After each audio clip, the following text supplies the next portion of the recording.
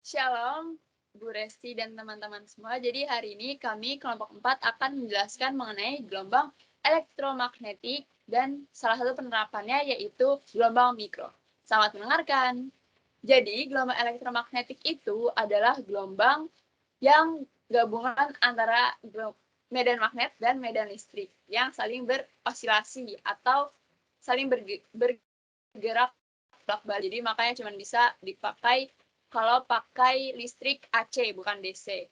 Dan gelombang elektromagnetik ini merambat melalui ruang dan kecepatannya itu sama kayak kecepatan cahaya 3 kali 10 pangkat 8 meter per second. Nah, sifat-sifat dari gelombang elektromagnetik itu pertama dia gelombang transversal. Terus karena dia gelombang transversal, dia bisa merambat tanpa medium. Dia juga bisa mengalami difraksi, polarisasi, refleksi, refraksi, dan interferensi. Nah, arah rambatnya juga dibelokkan sama medan listrik atau medan magnet karena tidak ada partikel yang bisa dibelokkan.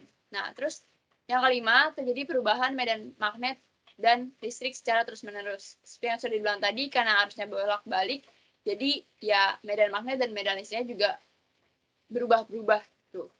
Nah, gelombang elektromagnetik ini juga memiliki spektrum. Nah, salah satu spektrum di gelombang elektromagnetik adalah yang akan kita bahas, yaitu gelombang mikro. Nah, berikutnya frekuensi dari gelombang mikro ini.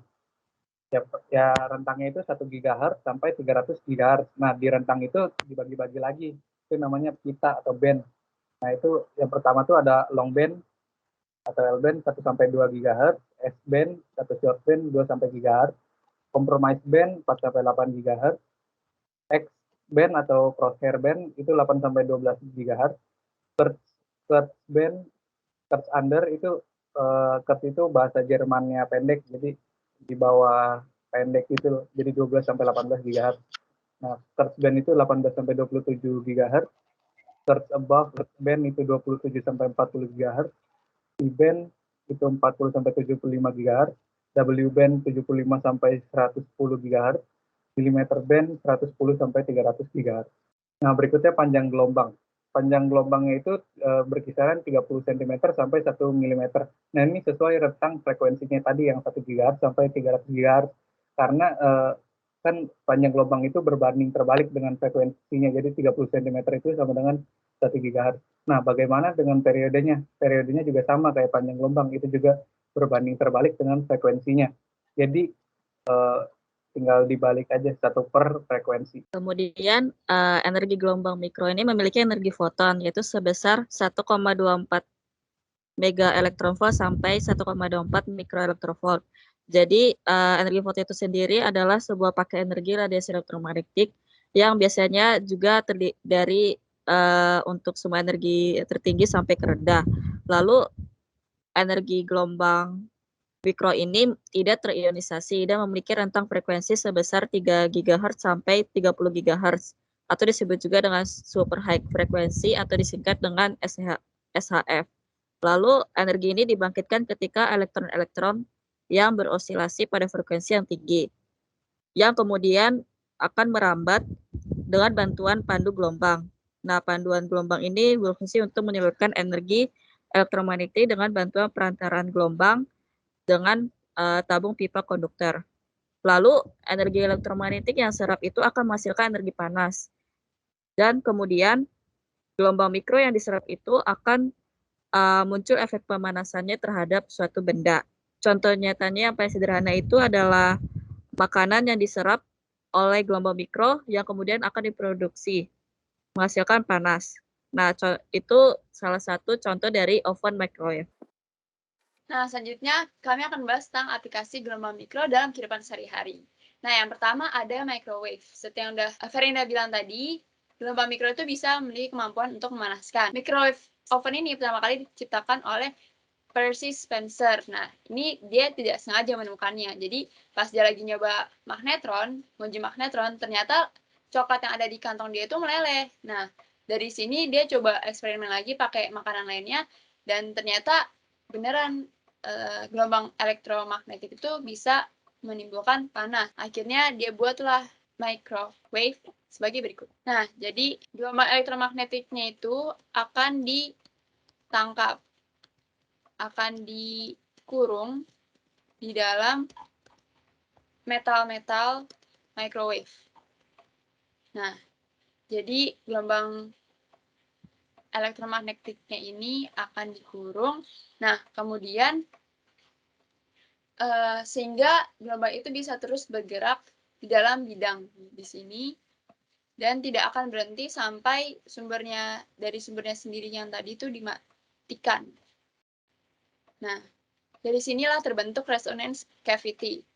Jadi, hal ini bisa terjadi kalau ada dua gelombang yang punya amplitudo dan frekuensi yang sama. Tapi arahnya berlawanan kan karena tadi dari sumber bergerak ke kiri, terus dipantulkan gerak ke kanan. Nah, itu amplitudonya sama, frekuensinya sama, tapi arahnya beda. Nah, itu akan menyebabkan tadi resonance cavity. Nah, yang membentuk standing wave atau gelombang berdiri. Nah, gelombang inilah yang dipakai untuk memanaskan makanan di microwave. Jadi, gitulah cara kerja dari microwave ini. Nah, panjang metalnya itu antara metal 1 ke metal 2 itu N panjang gelombang dibagi 2. Nah, karena gelombangnya itu naik turun, jadi ada sisi yang kena panas, ada yang sisi nggak kena panas, atau sisi hot spot dan cool spot. Nah, hot spot dan cold spot. Nah, untuk mengatasi hal itu, dibentuklah rotating plate. Jadi, dia bisa muter. Jadi, nggak cuma sisi A doang yang panas, tapi sisi B juga kena panas gitu. Nah, itu tadi microwave. Sekarang kita pindah ke Bluetooth. Nah, Bluetooth itu pakai gelombang elektromagnetik frekuensi 2,4 GHz atau masuknya dalam S-band yang di tabel yang udah tadi Eza jelaskan. Nah, seperti yang kita tahu, Bluetooth ini kita pakai untuk banyak bidang elektronik dan komunikasi, kayak misalnya earphone, smartphone, keyboard Bluetooth, TV juga, kulkas, kipas, semua sekarang udah pakai Bluetooth. Nah, cara kerja Bluetooth ini juga ada yang namanya Bluetooth Network atau jaringan Bluetooth. Ada namanya Piconet dan Scatternet. Kalau Piconet itu dari sumber utama Bluetooth ke alat elektronik lainnya, ke perangkat-perangkat. Nah, kalau Scatternet itu dari satu sumber ke alat lainnya, terus alat lainnya nyambung ke sumber lainnya gitu. Dari alat 1 sama alat 2 itu nggak bisa saling berhubungan satu sama lain. Harus ke sumber sama alat.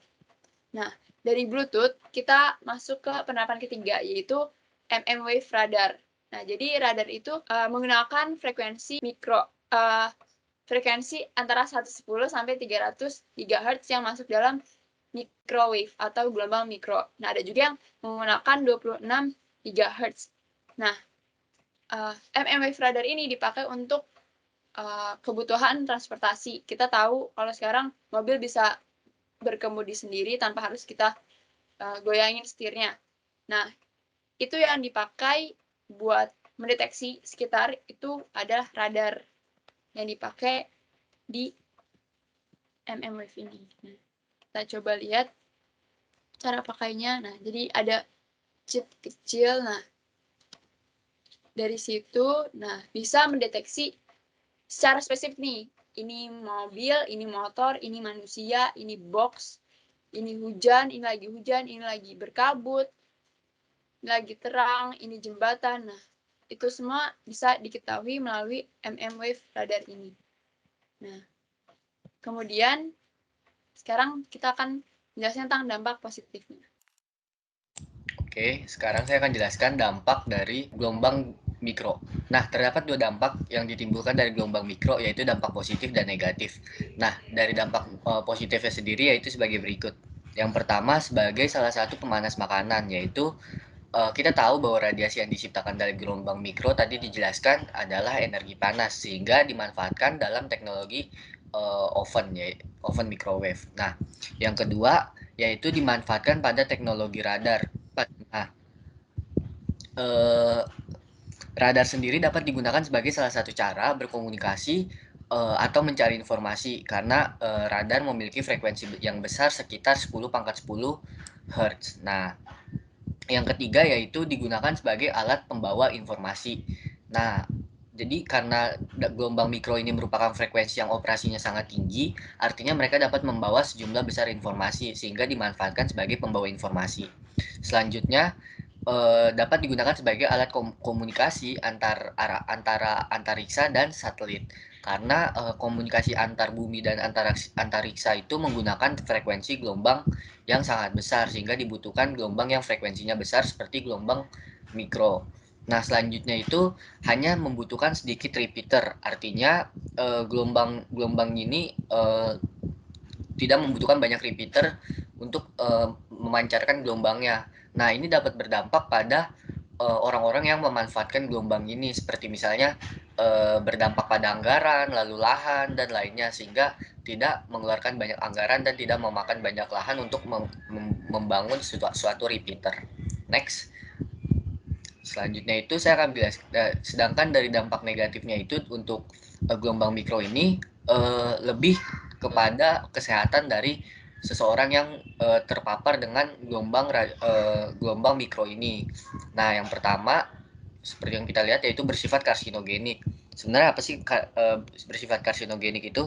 Artinya itu radiasi dari gelombang mikro ini dapat menumbuhkan sel kanker sehingga berbahaya bagi tubuh jika berlebihan. Nah, yang kedua itu yaitu mempengaruhi kinerja sistem saraf tubuh.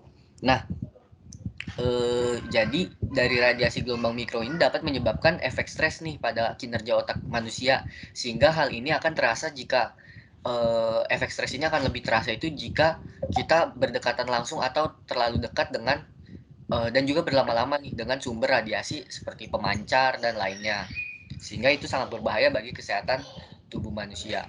Selanjutnya, dari dampak tersebut kita dapat melakukan komitmen nyata agar tidak mengalami dampak-dampak negatif tersebut. Nah, yang pertama itu mengurangi kontak langsung dengan benda yang menghasilkan gelombang mikro, seperti misalnya kita jangan terlalu sering berkontak langsung dengan oven yang seperti yang dijelasin oleh teman-teman bahwa gelombang oven ini memanfaatkan gelombang mikro, sehingga kita perlu menjaga jarak kita terhadap alat-alat yang menghasilkan gelombang mikro agar tidak terjadi pemaparan dampak-dampak buruk dari gelombang mikro itu sendiri.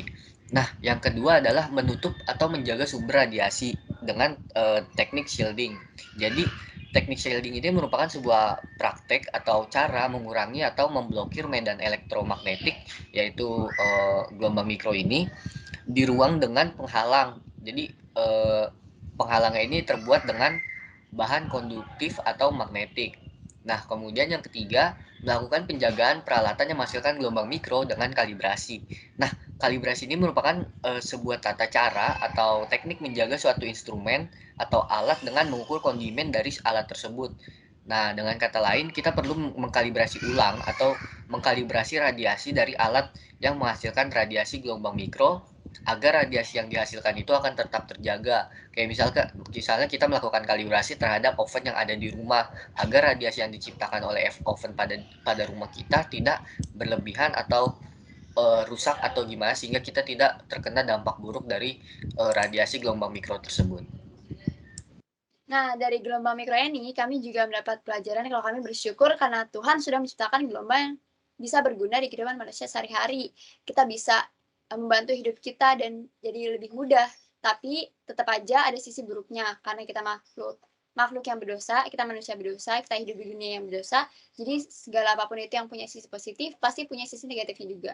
Nah, dari gelombang mikro ini kami belajar untuk tidak terikat pada gelombang mikro ini. Kita harus bisa menguasai diri untuk tidak ketergantungan, karena kalau kita udah ketergantungan dengan gelombang mikro, itu bisa membuat tubuh kita sakit. Seperti yang tadi udah jelasin, dampak negatifnya bisa menyebabkan kanker atau bisa karsinogenik. Nah, karena itu contoh nyatanya, misalnya kita tidak menggunakan gadget terlalu lama karena radiasi Bluetooth yang digunakan, mungkin kalau kita pakai earphone Bluetooth, nah itu juga bisa menyebabkan tubuh kita kanker. Nah, kalau terlalu sering dan kalau misalnya memanaskan makanan, jika tidak mepet banget dan butuh banget, bisa manasin langsung pakai wajan, pakai kompor dibanding pakai oven gitu. Jadi Demikianlah presentasi dari kami. Ini beberapa sumber yang kami gunakan. Kiranya presentasi ini bisa memberkati kita semua. Terima kasih. Tuhan Yesus memberkati.